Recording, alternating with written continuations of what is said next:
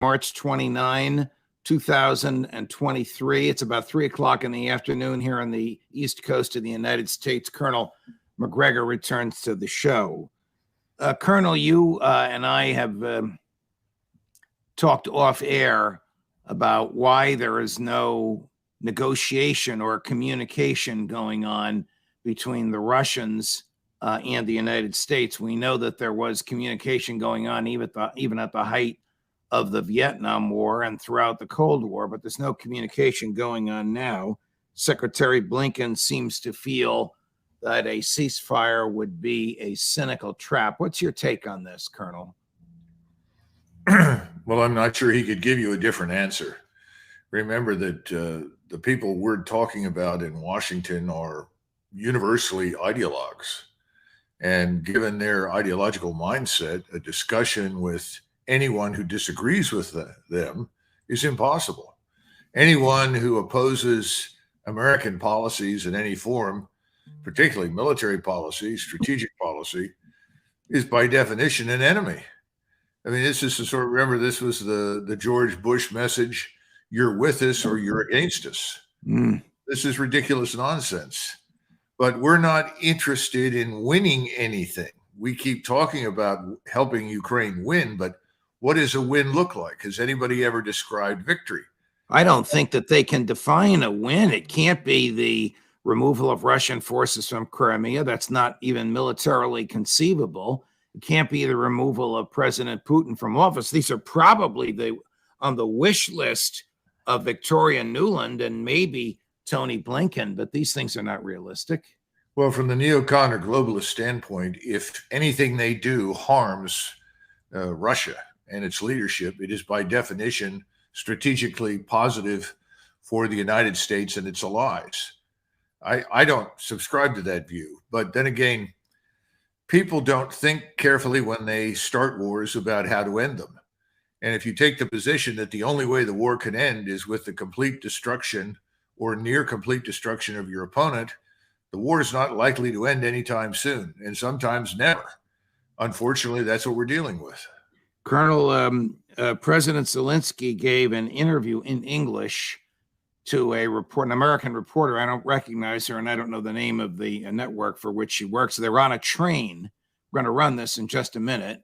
There's a little bit of background noise from the train, but you can hear what they're saying. The essence of what he's saying is he needs, I don't know if he understands this properly. He needs to win Bakhmut, and President Putin needs to win Bakhmut for PR reasons. So take a listen, and then maybe we can dissect what he says. Is this part of why you are fighting so hard in Bakhmut? Because a lot of military analysts will say that strategically it's not that significant. Because that will be victory for him. He will any victory. Yes, he will sell this victory. He will sell this victory to West, to his society, to China, to Iran, to all the countries, to Brazil, to Latin America countries, not to Latvia, Lithuania, Estonia. Of course, they really understand, from details, and they feel this dangerous because they neighbors. But he will sell it to his society. That was the first step. Now, wait a minute. I will have decision with Ukraine. Then another step. Is Bakhmut militarily significant, strategically significant, or just emotionally, PR-wise significant? I think most analysts that have looked at Bakhmut recognize that town is the keystone in the edifice of the defense of Donbass. That once that falls, because of its unique position, the road networks that run in and out of it, rail lines, the various factory installations, mines, presumably supply depots and other things, it is very important. And that once it is taken, it's questionable how you build another effective defense line on the scale of the one that you had in Donbass.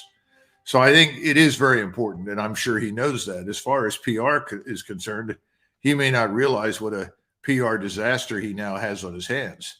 because he's effectively saying that he's sacrificing tens of thousands of Ukrainian lives in order to convey the impression that, first of all, Ukraine can still win, but he argues to deprive Putin of some sort of PR success story. The Russians have a lot of capability right now, a lot of forces. They're not moving because they're not going to slug their way through the sea of mud that has famously stopped armies for centuries. They're waiting for that to dry out. They are going to attack when it dries out. He knows that. He keeps trying to build this argument for an offensive that he's going to launch that will preempt the Russians. No one has figured out how he does that through the mud. Maybe he has a super answer that no one else has got. And secondly, we're not really sure what kinds of forces he has at his disposal. What I sent you in terms of the map gives you a rough estimate, but those numbers for the Ukrainians are rather soft.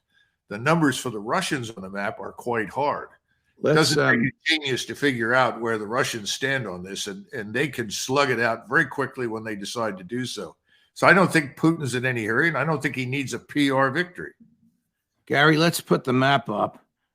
There you go. So, Colonel, how accurate are these numbers? I see 130,000 Russian troops.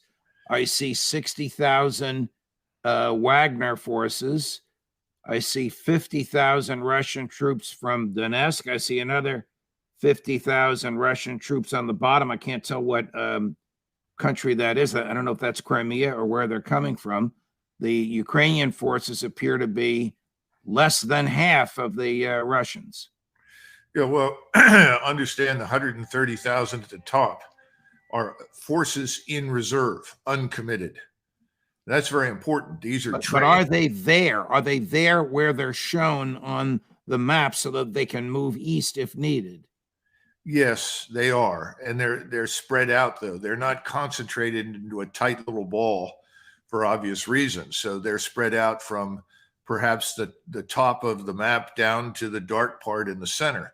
But they can rapidly move north and south, east or west, because the road networks that the Russians control give them excellent lateral routes to reposition forces quickly. Now, the 60,000 Wagner troops, the 50,000 in Donetsk, Luhansk militias, and regular Russian forces fighting with them, where you see the curving red arrows around Avdiivka and Bakhmut, they're fighting right now. In other words, those are forces that are committed to the front.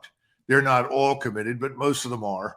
And those that aren't are certainly in positions to defend.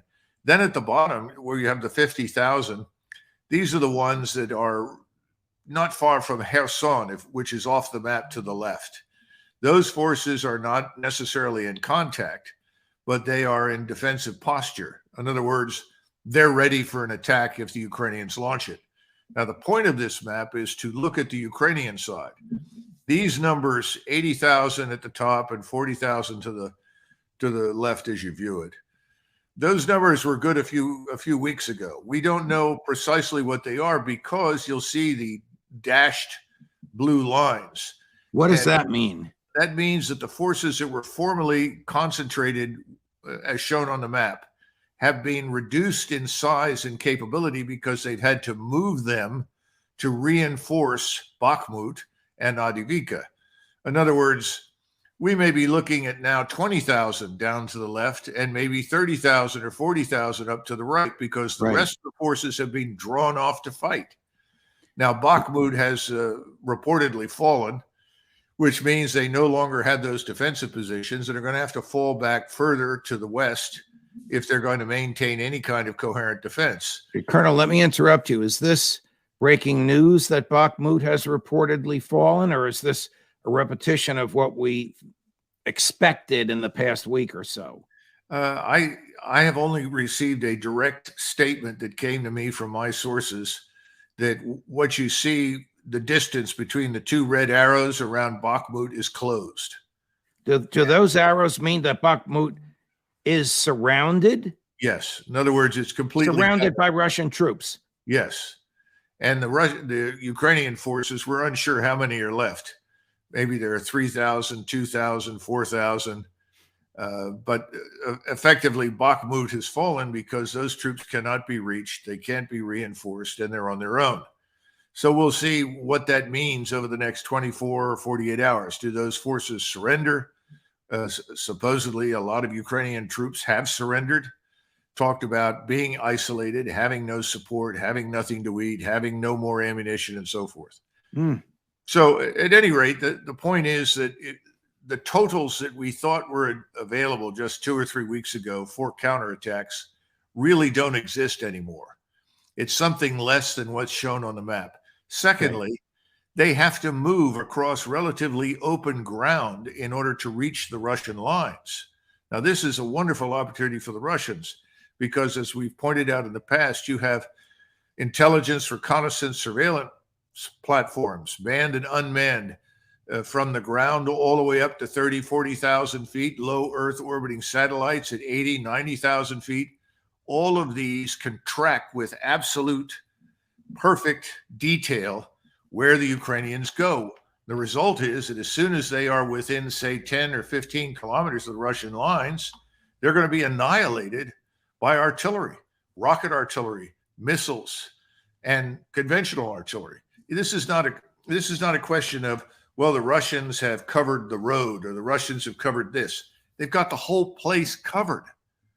They're never going to get to the Russians. They're going to die in great numbers. So why, in those circumstances, would the Russians move? You might as well sit and wait for what remains of the Ukrainian army to attack. Wow. I want you to watch and listen to Senator Roger Wicker, Senate Armed Services Committee, interrogating the former four-star general who is now the Secretary of Defense, Lloyd Austin, and tell me if you think the secretary is credible.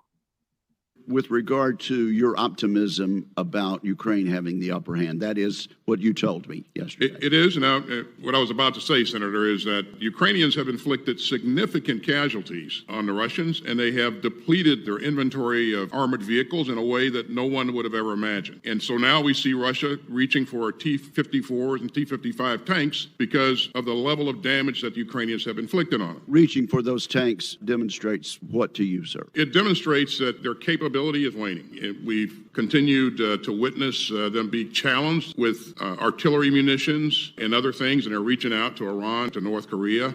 Do you believe there's a real chance for significant Ukrainian advancements between now and the beginning of winter? I believe there's a chance, and we're doing everything that we can do to ensure that they have their best opportunity to be successful.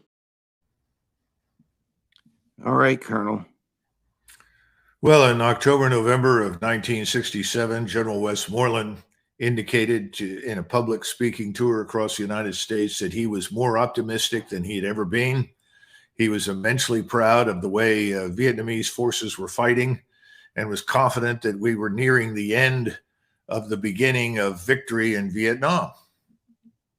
Now, I've also listened to Dave Petraeus, as a general, tell us that the Iraqi army was in first-class condition and quite able to take over the mission of defending the new Republic of Iraq, that elections there were successful, that democracy was reaching Iraq once and for all, and that we were winning.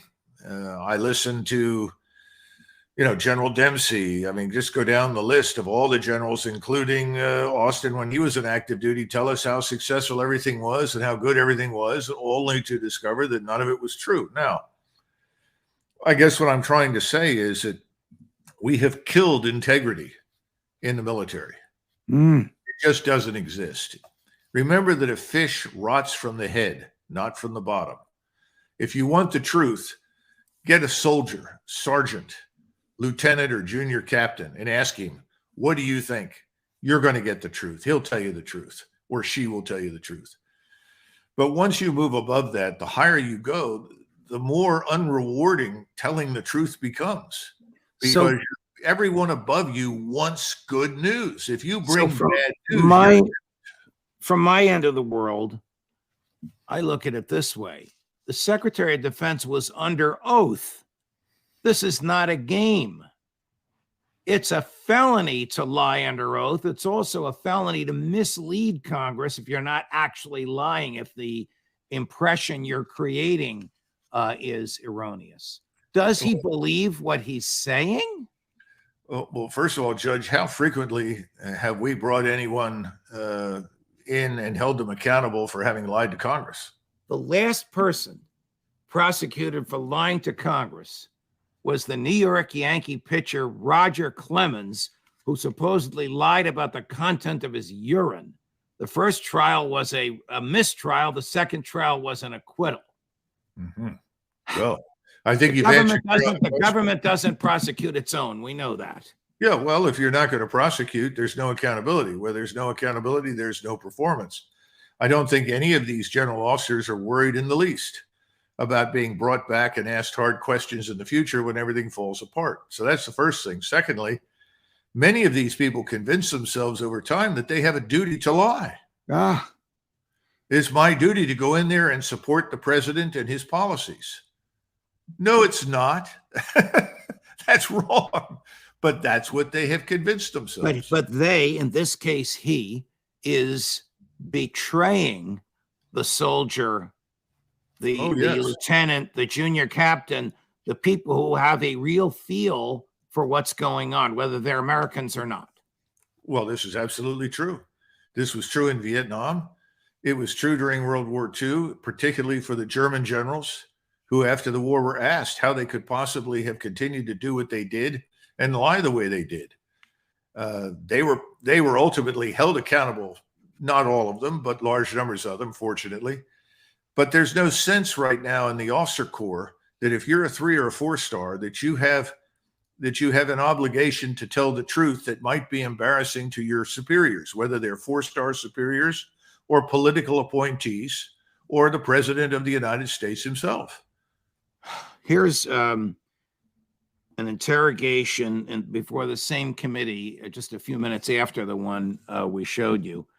I don't align, I don't think you do, with the ideology of the interrogator one bit. It's Senator Tom Cotton of Arkansas, who's a Lindsey Graham acolyte and loves war. However, he does accuse Secretary Austin of lying. Now, it's not about Ukraine. It's about the notification of military action in Syria. But watch the back and forth between them and tell me if a rational person could conclude that Secretary Austin is being truthful. To the issue of the strikes in Syria last week and Senator Wicker's line of questioning about the timing of notification to Congress. You said that you, quote, should have notified Congress earlier. These attacks happened against our troops, killing one contractor early in the morning Eastern time. Do you believe that you should have notified us that morning while we were voting on amendments directly related to this kind of attack? There is no connection between when we notified you, Senator, and your vote. The chairman and I were testifying that morning as well. So as soon as we came out of testimony, we began work on crafting response options. Secretary Austin, I don't believe you. I believe that your office specifically withheld notification of this deadly strike against Americans because the Rubio Amendment, on which we voted midday, directly touched on exactly this scenario, not repealing these use of force resolutions if the president couldn't certify that Iran was no longer attacking us in Iran and Syria. That's what I believe. Nothing you can say is going to change my belief about that. And I got to say, I think I speak for about a lot of my colleagues. I just want to say, Senator, that is absolutely not true. Maybe you didn't personally do it. But I believe entirely that people in your office did that. You have a vast legislative operation, as Senator Wicker pointed out. Do you really expect us to believe that they didn't know that we were voting on a Rubio amendment that directly covered exactly this kind of attack? I don't believe that. I believe there's a conscious decision made not to inform Congress because you feared that it might lead to the passage of the Rubio amendment, which would kill the entire bill. Does Secretary Austin have a reputation in the military community for being truthful? You know, I would like to say that in most cases, general officers are not thought of as people who are going to tell the truth about things that might embarrass them or their administration. I mean, you'll recall that when Lieutenant General, then 3-star Dave Petraeus came back from Iraq in 2005 to testify on the subject of how things were going in the fall, that Senator Kerry said on one of the few occasions, something that I could agree with that came out of his mouth. He said, we're going to discover that General Petraeus is going to tell us how successful General Petraeus is. And Right. Kerry was absolutely right. So I think everybody in the military at lower levels knows exactly what goes on. Now, as far as the actual subject is concerned, frankly speaking, every presidential administration knows that there are lots of people like Senator Cotton, or in other occasions, it may be Rubio, or it might be Schumer or someone else, is anxious to take advantage of an event to either embarrass or harm the administration, or to force through legislation that might otherwise not pass. So I'm sure he's accusing Austin of something that probably happened, but doesn't mean I have much use for Senator Cotton. I don't have much use for most of the people on the Hill who have failed to tell the American people the truth about almost anything. So you're dealing with institutions that have essentially codified lying as an acceptable behavior. So it's very difficult for me to get excited over it. I wish that we could change what goes on in uniform, but that would take wholesale change in the institution, widespread removal of people to get someone who tells you the truth. Here's an interview that CBS had. Now I'm taking it to the other side of the world with Admiral Sam Paparo, a 4-star, who's the commander of all the naval personnel and equipment in the Pacific. And he's talking about, we're ready to defend Taiwan. And by the way, we're not talking to the Chinese. If the U.S. and Chinese militaries can't communicate over a Chinese spy balloon, then what's going to happen when there's a real crisis in the South China Sea or with Taiwan? We'll hope that they'll answer the phone. Else, we'll do our very best assessment based on the things that they say in open source and based on their behavior to divine their intentions, and we'll act accordingly. Doesn't that make the situation even more dangerous if U.S. and Chinese militaries are not talking? Yes. I guess the last answer is a truthful one, but the one before that, he almost has to say that, whether he believes it or not. What is he going to say? The Chinese have a better Navy than we do. We might as well give up on Taiwan. He better put his retirement papers in. It's troubling to me that an active duty 4-star is essentially behaving as a policymaker, right, and announcing policy. He has no business speaking publicly on any matter pertaining to policy other than to restate, if compelled to do so, what the current policy is of the President of the United States and his administration. That's not what he did. We have a huge problem with too many 4-stars. We have about 44 in active duty, and all of them view themselves as Caesarean figures, especially the regional unified commanders who think that they are... Caesarean as in Julius Caesar, not in as the surgery that sometimes produces babies. No, they end up thinking that they're Caesar, and that's what you heard from him. What will you do when X happens? And the answer should have been, I will do as I am instructed to do by the President of the United States, the Commander-in-Chief. That is where my orders come from. All right, this next clip will aggravate you even more. This is Admiral Paparo talking about the capability of the U.S. Navy to neutralize the Chinese Navy. Gary? Is it your hope that the power of the U.S. Navy, the forced posture of the U.S. Navy, will deter a Chinese invasion of Taiwan? It's not my hope, it's my duty, in conjunction with allies and partners, to deliver intolerable costs to anybody that would upend the order in violation of the nation's security or in violation of the nation's interests. The saying, which is si pacem para bellum, which is, if you want peace, prepare for war. Well, that's George Washington, although Washington said it in English, not Latin. If you want peace, prepare for war. But I get your point that an active duty military, 4-star or not, shouldn't be having an interview like this.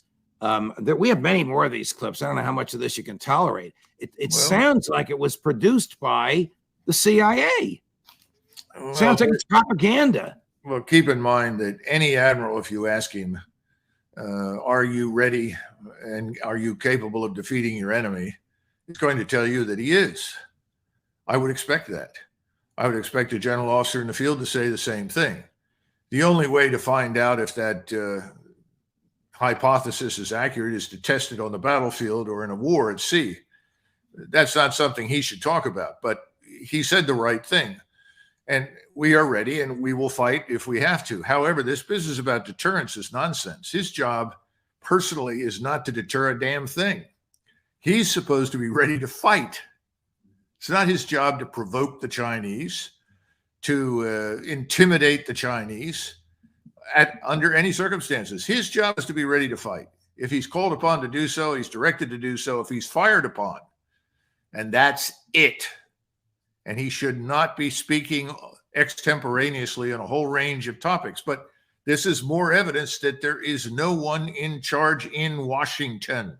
I'll give you a little bit more evidence after that interview, which took place in Guam, which, by the way, CBS describes as the size of Chicago. I didn't know that. I thought Guam was about the size of New Jersey, but it's the size of Chicago, according to CBS.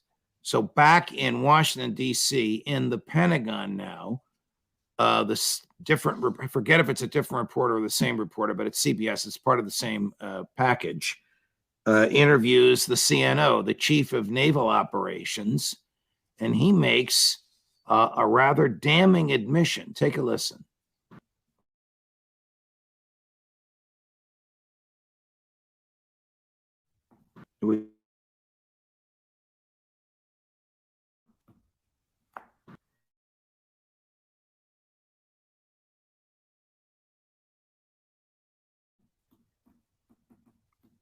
Okay, well, his admission is that the shipyards that build big ships during his tenure as the Chief of Naval Operations has gone from the 30s down to the single digits, and the Chinese are building 2 ships for every one we build. He concedes that they have the larger Navy.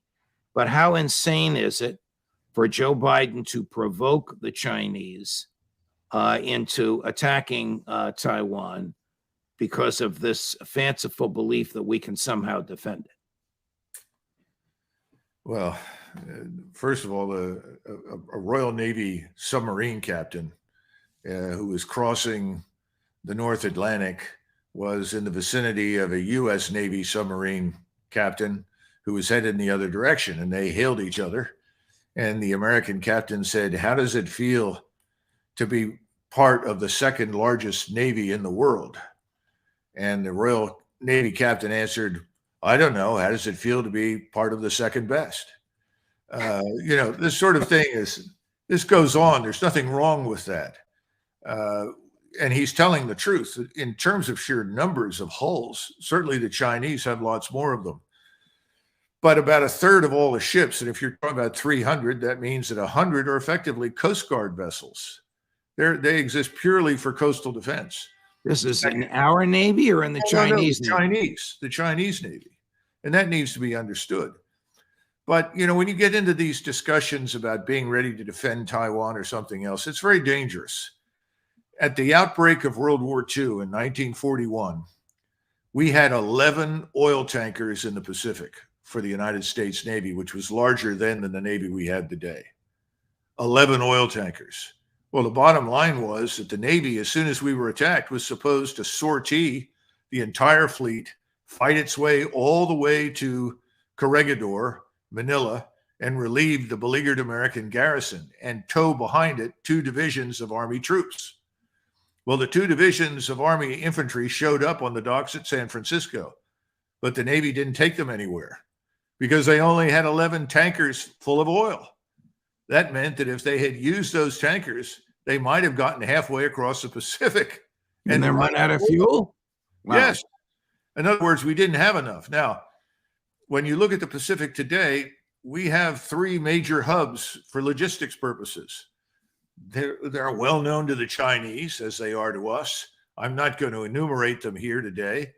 But if those 3 hubs are destroyed, which is very easily done with precision guided missiles, then you're out of luck with the Navy in the Pacific.